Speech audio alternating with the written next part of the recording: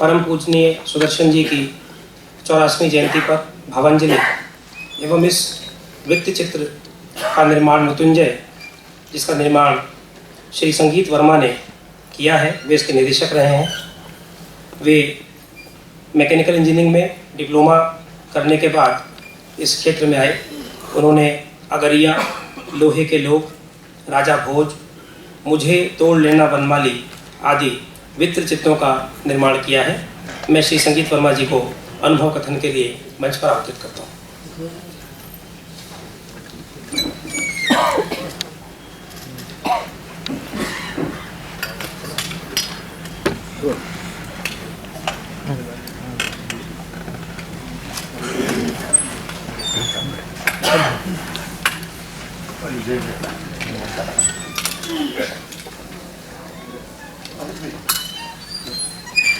आदरणीय बजरंगलाल जी, आदरणीय अजय जी, उपस्थित सज्जनों और देवियों, एक छोटी सी घटना अपने अनुभव बांटने से पहले, क्योंकि वो इन अनुभवों से पहले इससे कहीं बड़ा अनुभव था। इतिहास संकलन समिति का एक छोटा कार्यक्रम हमारे हर्षवर्धन कार्यालय में हो रहा था। एक दिन पहले मुझे जानकारी दी गई कि उस कार्यक्रम में मुझे राजा भोज पर एक प्रस्तुति करनी है। 10 मिनट का समय दिया गया। सुदर्शन जी उसके मुख्य वक्ता थे। सुदर्शन जी के सामने पहला परिचय और पहली बार में ही बोलने का सौभाग्य उस दिन प्राप्त हुआ। 10 मिनट का समय पूरा होने का ध्यान मुझे नहीं रहा।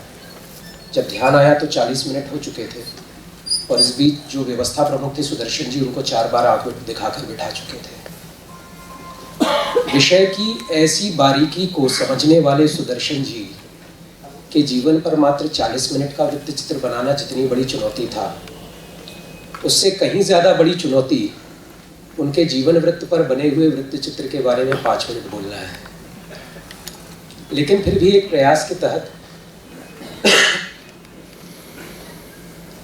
इस वृत्त चित्र की परिकल्पना, क्योंकि वृत्त चित्र तो आप देखेंगे जो उसमें है वो आपको जैसा अच्छा लगेगा या खराब लगेगा, आप लोगों के आशीर्वचनों का मैं आग्रही रहूंगा। परंतु इसके विचार के मूल में जब हम गए, जब इस वृत्त चित्र की पहली कल्पना हुई, तो कल्पना हुई उस परंपरा की, उन परंपराओं की जिनका निर्वहन राष्ट्रीय स्वयंसेवक संघ करता आया है। क्योंकि हम चाहते थे हम अपनी फिल्म बनाने से पहले अपने आप में बहुत स्पष्ट हो जाए तो वो कौन सी परंपरा है और उन परंपराओं की ऐसी खास बात क्या है कि जिसके लिए 75 वर्षों से निरंतरता से लोग अपना जीवन एक तरह से मानिए यज्ञ की वेदी में संविधा की तरह हवी करते चले जा रहे हैं। जाने ऐसी कितनी लकड़ियां, ऐसी कितनी संविधा, ऐसे कितने टैलेंट्स, ऐसी कितनी मेधा जो केवल उस एक राष्ट्रीय यज्ञ में हवी होती जा रही है। वो कौन सी परंपरा है? ध्यान में आया कि परंपरा के लिए अंग्रेजी का शब्द है ट्रेडिशन। सुनने में ट्रेड जैसा कुछ लगता है। ट्रेडिशन कभी भी परंपरा शब्द का सही ट्रांसलेशन, अनुवाद नहीं हो सकता। परा क्या है और अपरा क्या है? परा वह है जो एब्सोल्यूट है, जो पूर्ण है, उसे हम परा सृष्टि कहते हैं। अपरा सृष्टि वो है जो काल के नीचे है, जो काल में निहित है, जिसका बनना और मिटना तय है, वो अपरा है। परंतु इस अपरा सृष्टि में ईश्वर का हस्तक्षेप बना रहे, उसे हम परा कहते हैं। और जब भी ईश्वर का वह हस्तक्षेप, उस परम का हस्तक्षेप इस अपरा सृष्टि में होता है तो वो परम धन परा, परंपरा होती है। इसलिए परंपरा का अनुवाद कभी ट्रेडिशन नहीं हो सकता। परंपरा का दूसरा जो बिंदु है बहुत महत्वपूर्ण, आप देखेंगे इस डॉक्यूमेंट्री, इस वृत्त चित्र के लिए नाम क्या सुझाया जाए?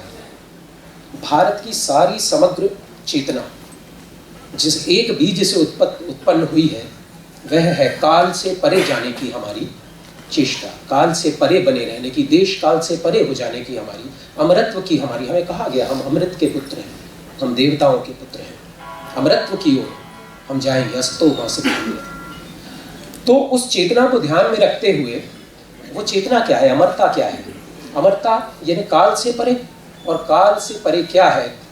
काल से परे वो है जिसे हम सनातन कहते हैं। सनातन शब्द का कुछ ऐसा कुपाठ पिछले कुछ वर्षों में हुआ कि लोग ऐसा समझने लगे सनातन यानी अति प्राचीन। ऐसा नहीं है।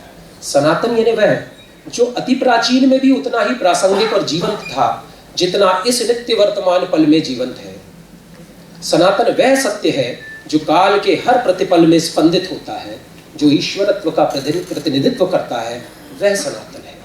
और इसलिए इस वृत्त चित्र की जब पंच लाइन डिजाइन की गई तो उसे कहा सनातन में स्पंदित।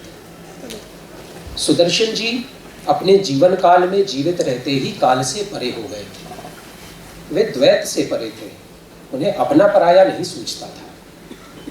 वे व्यक्ति का मूल्यांकन केवल उसके अच्छे बुरे गुणों पर नहीं करते थे, वे व्यक्ति के चरित्र को उसके द्वैत से परे देख लेते थे। इसलिए सुदर्शन जी के जीवन काल पर जो वृत्त चित्र बने, मृत्युंजय उसका यही ठीक नाम हो सकता था। और सनातन में स्पंदित यही एक पंक्ति उनके जीवन को ठीक परिभाषित कर सकती थी। बातें बहुत सारी है, अनुभव बहुत सारे हैं। बस एक छोटी सी बात कहना और चाहता हूँ क्योंकि समय की अवधि है और आज सुदर्शन जी भी मुझे बचाने के लिए यहाँ नहीं है। बात ऐसी थी कि आखिर इन परंपराओं से हमें क्या मिला और ये परंपराएं शेष दुनिया की परंपराओं से भिन्न क्यों। भारत एकमात्र ऐसी सभ्यता है, क्षमा करिए मैं राष्ट्र नहीं कह रहा, मैं सभ्यता कह रहा हूँ, क्योंकि राष्ट्र की भौगोलिक सीमाएं हो सकती हैं, देश की भौगोलिक सीमाएं, सभ्यता की कोई सीमाएं नहीं। भारत एकमात्र ऐसी विश्व की सभ्यता है जिसके जीवन काल में एक ऐसी घटना घटित हुई जो विश्व की किसी दूसरी सभ्यता में नहीं घटित हुई। हम कहते हैं रोमन सभ्यता नहीं रही, इजिप्शियन सभ्यता नहीं रही, भारत आज की सनातन सभ्यता आज भी है। क्यों है? क्योंकि वो घटना केवल भारत के जीवन काल में घटित हुई और वो घटना यह थी कि भारत की संस्कृति के नदी के प्रवाह में भारत की आस्थाओं ने डुबकी लगाई। भारत की आस्थाओं में ने स्वयं को भारत की संस्कृति के नदी में विसर्जित कर दिया। और जब आस्थाओं और संस्कृति का यह अद्भुत मेल हुआ तो आस्थाएं केवल पूजा पाठ नहीं रह गई, उन्होंने धर्म का स्वरूप अपनाया। और देखिए कैसे धर्म जन्मे, पिता का धर्म जन्मा, पुत्र का धर्म जन्मा, राष्ट्र का धर्म जन्मा, भाई का धर्म जन्मा, गुरु और शिष्य का धर्म जन्मा। और परंपराएं कौन सी आई? ज्ञान की परंपराएं। राजा भोज को पढ़िए, 10 अध्यायों में सम्रांगण सूत्रधार के एक भी अध्याय में भोज ये नहीं कहते कि ये मैंने लिखा है। बता रहे हैं, यहाँ तक कि 31वें अध्याय का श्वेत तो कह रहे हैं इसके जनक श्री राम है। ऐसी परंपराएं जो पीढ़ी दर पीढ़ी हम तक बहती आए, उस ज्ञान की व्यवस्था हो, वो ज्ञान की परंपरा, भक्ति की परंपरा। ध्यान दीजिए, ये सारी परंपराएं देश और काल से परे हैं, ये सीमित नहीं है, ये किसी भी काल में उतनी ही प्रासंगिक है।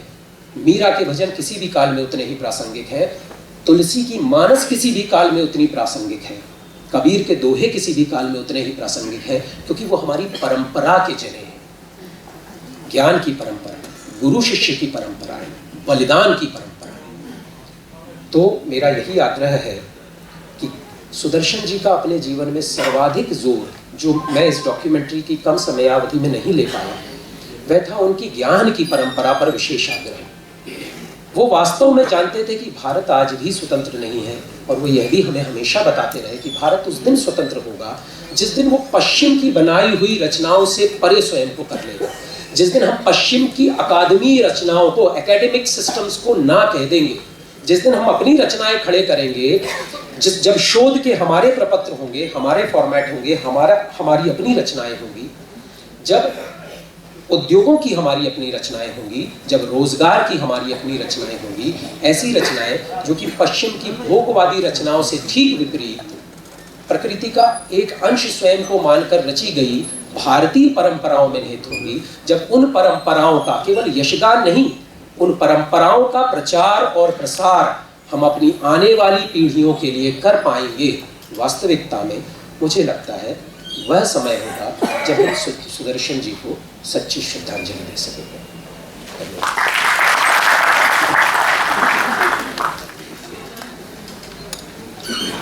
मैं श्री दीपक जी खट्टर, जो विश्व संवाद केंद्र के निदेशक हैं तथा मध्य भारत प्रचार प्रमुख हैं, उनसे निवेदन करता हूं कि आज के कार्यक्रम के मुख्य वक्ता डॉक्टर बजरंग लाल जी को और अध्यक्ष डॉक्टर अजय नारंग जी से विश्व संवाद केंद्र द्वारा पूजनीय सुदर्शन जी के जीवन एवं विचारों पर निर्माण कराए गए वृत्त चित्र मृत्युंजय का लोकार्पण कराएं।